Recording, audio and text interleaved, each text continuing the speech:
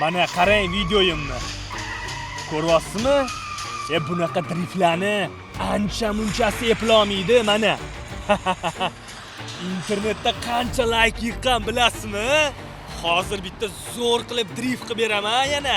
Oppoq toychog'imda video ko'rasiz. Portlatamiz hamma yo'ni.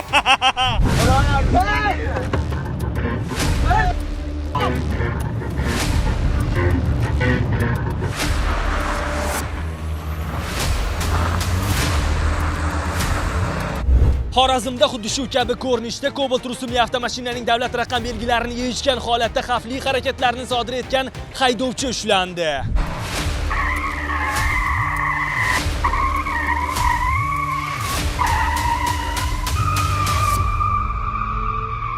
Yo'l patrul xizmat xodimlari tomonidan o'tkazilgan tezkor tadbirlar natijasida ma'lum bo'lishicha, ushbu qoidabuzarlar asosan kechki vaqtlarda davlat raqam belgilarini yechgan holatda xavfli driftlarni sodir etib, ijtimoiy tarmoqlar uchun muntazam ravishda kontent tayyorlab kelishgan. O'g'limizni Hazorasp tumanlarida tungi vaqtlarda davlat raqam belgilarini yechib, o'zboshimchalik bilan katta tezlikda harakatlanib yurgandan sizni xabaringiz bormi?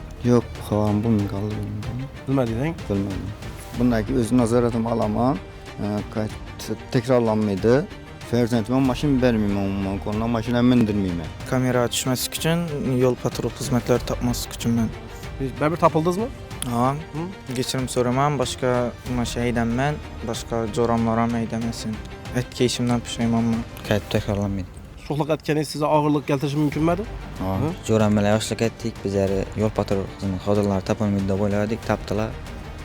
Aytgan ishimdan pushaymonman, qaytib takrorlanmaydi. Katta tezlikda harakatlanib yurgan haydovchilar 2009-yilda tug'ilgan o'smir yoshlar ekanligi aniqlandi.